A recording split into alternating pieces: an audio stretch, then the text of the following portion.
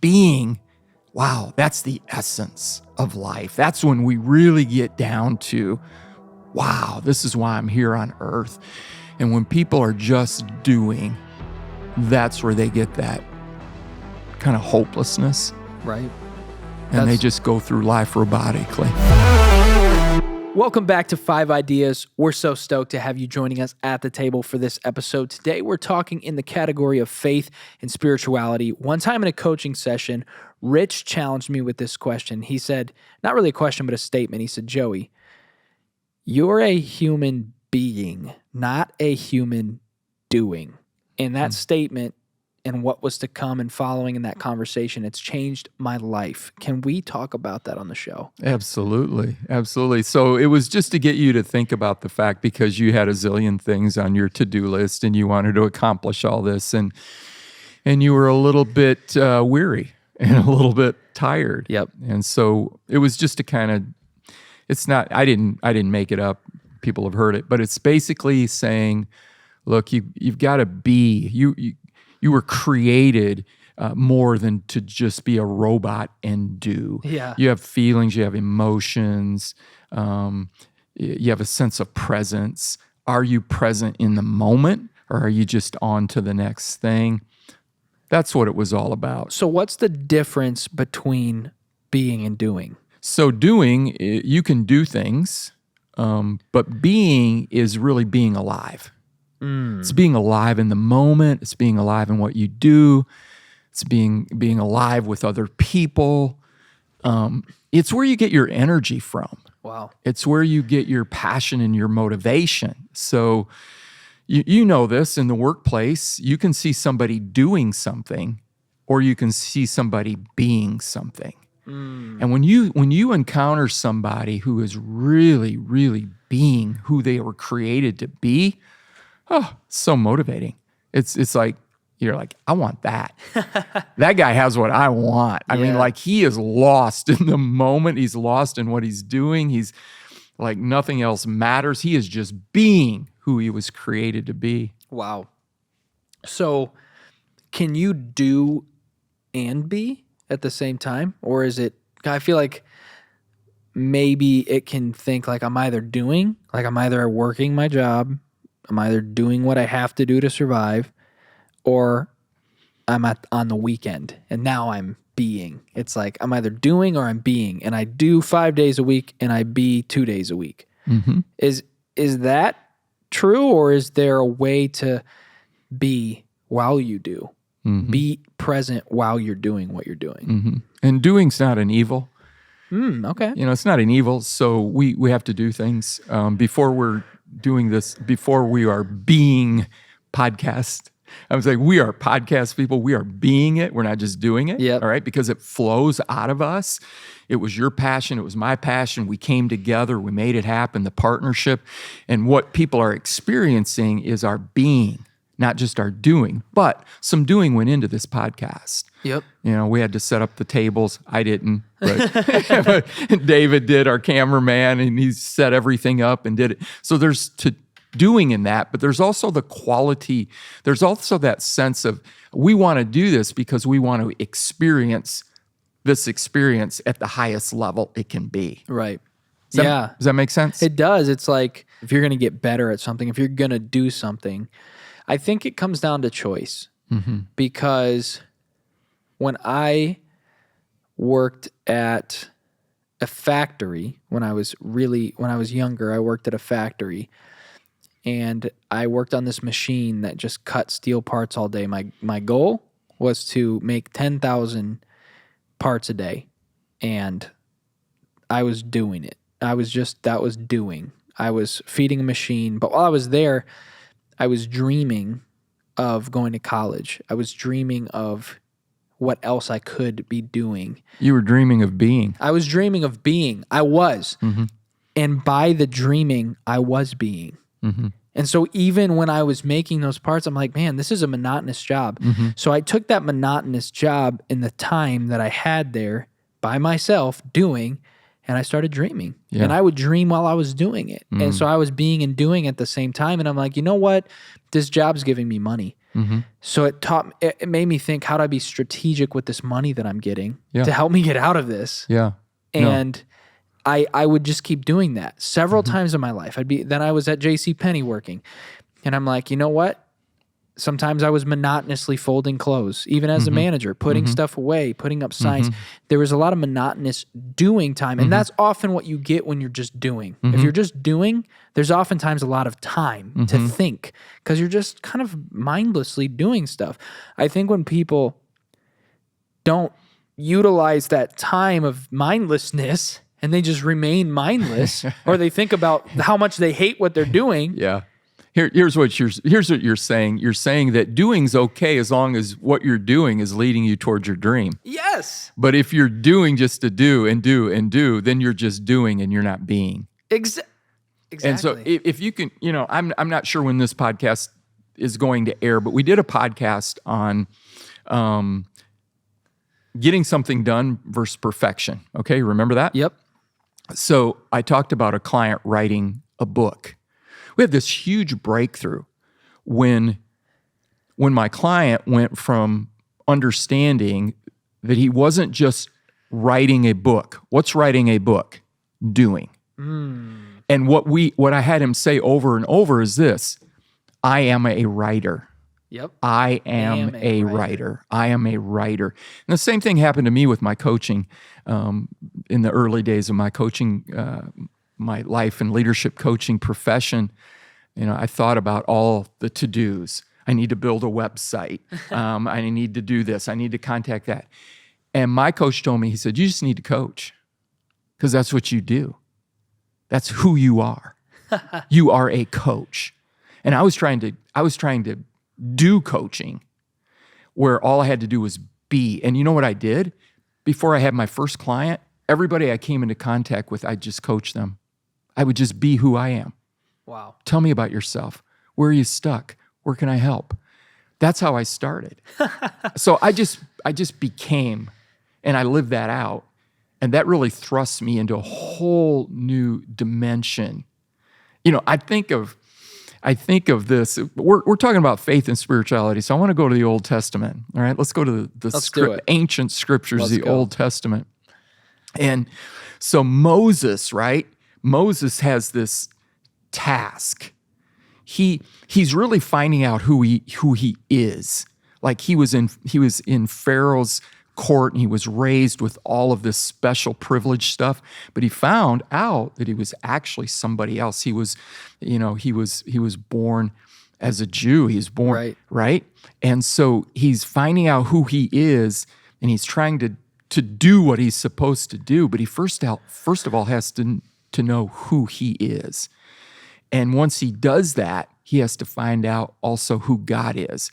So get this. So he has this encounter with God in the burning bush. And God's getting ready to take who he has made him, Moses now, this man who's going to go do something great, but he's got to be first. And he said, I'm going to have you deliver my people. That's what you're a deliverer. Right. That's who you are. You're a deliverer. You're not just going to deliver. You are a deliverer, and right? The Israelites in this context were slaves. They were slaves in Egypt. Right. Good. Of which Moses was essentially royalty. Yes, royalty. At this time. And using the slaves to build the nation, right? On their blood and sweat, tears. So he has the encounter of the burning bush. This is so powerful. And and he gets these directives. Moses, go free my people. Yep. And Moses said, Who do I tell Pharaoh? Who do I tell him sent me? And what did God say? God said, tell them I am. The I am. Woo! The I am. It's like, whoa, okay, that's being.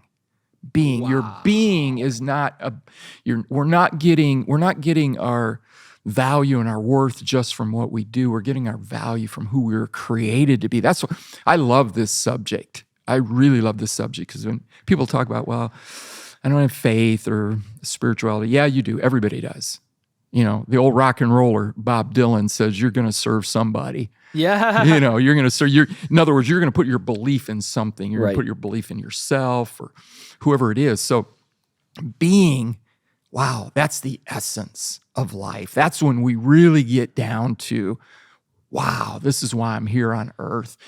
And when people are just doing, that's where they get that kind of hopelessness. Right. And they That's- just go through life robotically. That's when they stop. They stop performing. They're just doing because the tasks at hand are pay the bills.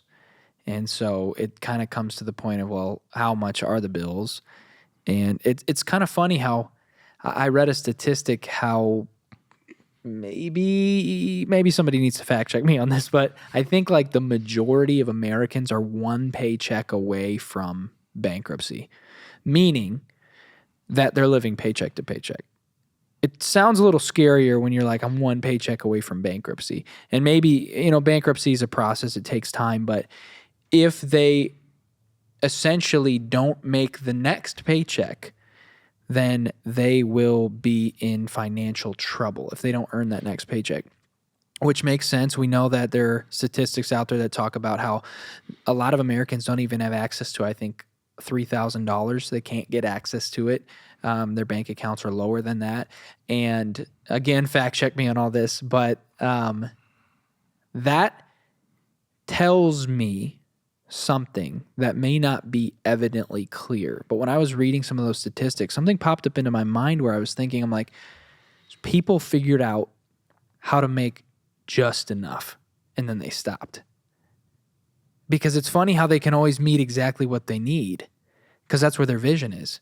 Their vision has capped at what they need. And maybe they can't see anything That's beyond. And a lot of people, I'm just trying to make what I need to make to survive. I've heard people say it. I'm just trying to make what I need to make to survive. Yeah. And then once they've made that, they check out from, because they don't see enough, they don't see anything farther. And I don't want to call anybody out. I've been in those situations where it's like, it's hard to see past where you are. It's hard to see like, you know, I can't give anything else. I'm done, you know? Part of this is our system. It's our system that we grow up in. Okay? It's our system. Educational system contribute to it. Parental systems contribute to it. One of the primary roles of a parent is to help a child find their bents or who they are being. What were they created to do? So if all the system does is tell you how to get a job, then you're going to make enough money to get through. But if that's what I love about coaching. Probably one of my greatest strengths as a life and leadership coach is I can kind of identify what you're good at, what you're created to do. Now, how could we use that for you to make a living? I just walked a guy through that who was doing all these things in his occupation, and he didn't even know he was doing it. And I said, if you got certified for this, you could probably make a lot more money doing what you're doing. So we have a responsibility as parents, as leaders, to help people find out, Right. you know, what makes me tick? What was I placed on planet Earth for? And that is now identifying your being. That's why this is faith and spirituality, because it's higher than just going, oh, that's my skill set, or that's the test that I took. This is about, wow, this makes me click. That's why I come to life when I coach. Why? Because I don't coach, I am a coach. Wow. I am You a don't coach. do coaching. I don't do coaching. are a I am coach. coaching, and it flows out of me. Yeah. It flows out of me. So we are it's kind of hard sometimes because I don't want to be called out. You know, people don't love to be called out, but I think we are addressing a real problem, and that problem is we're often in this country we're raised to be doers, and it's not even really. It's hard to even blame anyone. It's hard to blame parents. It's hard to blame teachers because they might have been raised to be. It's like, where did it start? You know. Oh, It's hard to blame somebody But how can we cut it off? How can we just stop the Well, doing? it started with Cain and Abel. Let me give you a New Testament illustration. First two kids. All right, let me give you a New Testament illustration, okay? So Jesus comes to this house, and there's two women, Mary and Martha, okay? And so Martha's like, she's freaking out. Jesus is here. We got to get this ready. We got the house clean. We got to get the food ready. And Mary is just sitting at Jesus' feet, taking in all of his words. Now, whatever faith or religion you are, just imagine this is your person. This is who you follow in life. And so Jesus is there, and he's teaching all this, and Mary's taking it all in. And Martha's in the back complaining. And actually complains to Jesus. Like, Jesus, do you notice my sister's like, she's not helping me. What is Martha doing? She was like cleaning and cooking. And what is that? Doing. And what was Mary doing? She was being present. She was being present. She was lost in the moment Wow. of the master. And so doing has a place, but Jesus said Mary's chosen the better thing. Wow. I wonder if we were taught as children how to be present. Because actually, I take that back. Children know how to be present. Yes, they do. They have to unlearn it Yep. because mom or dad or somebody will come in and say, you're wasting time. Go clean your room, Go right? do something with your life. Go do something with your life. Ooh. Exactly. Instead of, what are you being? Hey, little Joey. Hey, little David. Hey, little Richie. What are you being? What if parents drew that out from day one? And I'm not being hard on parents. We're just all caught up in the system. Go doing something with your life was exactly right. When did it change from I want to be this when I grow up to I want to do this when I grow up? Yeah. Because I just realized kids say, I want to be this when I grow up.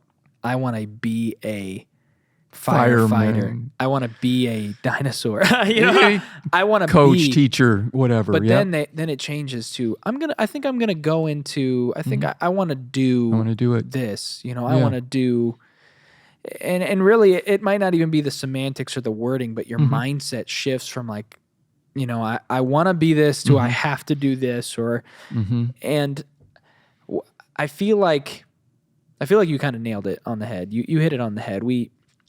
We change, and I think does that come from this, this sense of like, where am I going to get the things I need to live? Is that where it comes from? Yeah. The shift, or where is it coming from? Because the adults Sure. are like, it's time to stop being a kid. Yeah. Go do something with your Yeah. life now. And then, yes. And then from that point on, that's what's rewarded. What's rewarded is what you've done. Look at performance. Most performance evaluations are based upon what you've done, Not who you are. not who you are. Maybe that's why we have a little bit of an integrity issue in our world today as well. Wow. Because we turn our back on it as long as the performance is there. Once the performance is no longer there, then if there's something wrong, then we deal Go with to the it. morality. Oh, wow. So how can we be? How can we not just do, and how can we be, and how can we get better at being? I think the first step is we have to get comfortable and actually enjoy being around ourselves. Everything, we are just being bombarded with constant stimulation and interruption. So this goes back to a principle this comes back to a principle we have in our first book in iTunes. It's called solitude. It's a lost art and a lost discipline. Yes. But solitude is where you will find yourself. It's where you'll find who you are. And I tell a great story in there. I'm not going to tell it here. You have to get the book. But there's a great story in there where I took 13 and 14-year-old juvenile delinquents through an exercise where they found themselves, and they were remarkable with what they found, what the answers they found about themselves by just getting quiet and getting still and who am I? Who has God created me to be? Wow. And I get comfortable with that. And once you kind of identify that, then you can live out of that instead of it always being the rat race. We're the human race, not the rat race. And Rich mentioned a book. By the time this episode airs, I think it will be out. Can we do it again on this episode? First 5 comments?